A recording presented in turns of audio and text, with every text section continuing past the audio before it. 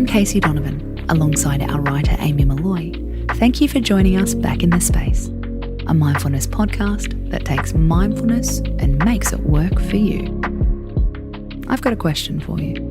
Do you know why you do what you do? We don't mean what's your big life goal.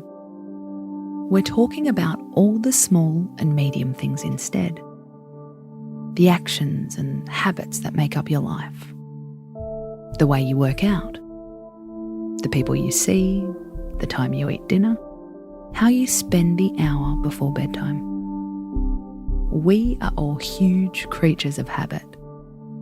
While there's a lot to be said for stability, it's also important to constantly self-evaluate.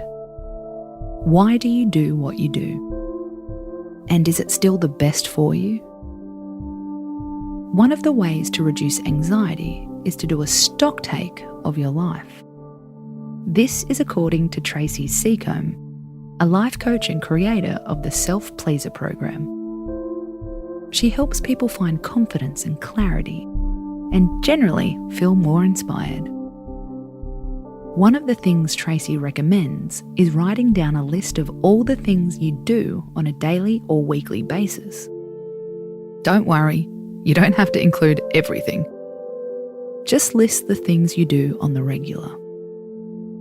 Once you have your list, next to each item write down why you do that thing. Pay attention to what might have changed over time and why it might have changed. For example, think about how you work out. Did you start running because it felt like a challenge? Do you now do it on autopilot? Did you start watching Netflix every night when your child was a baby and you were exhausted but couldn't sleep? Do you now have the energy to do something different? Of course, you might still love what you do.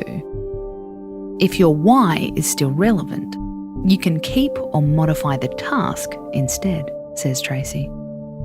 But we all have a choice.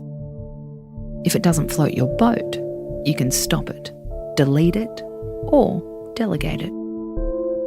You also don't have to replace it. The first step of figuring out your why creates space for you to introduce rest, says Tracy. Start today. Heck, start now. Before you do your next thing, stop and ask, why am I doing what I'm doing?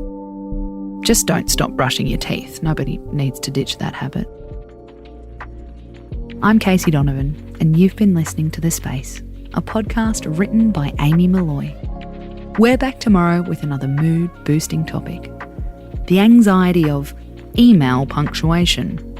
You'll never relate to anything more. Space out.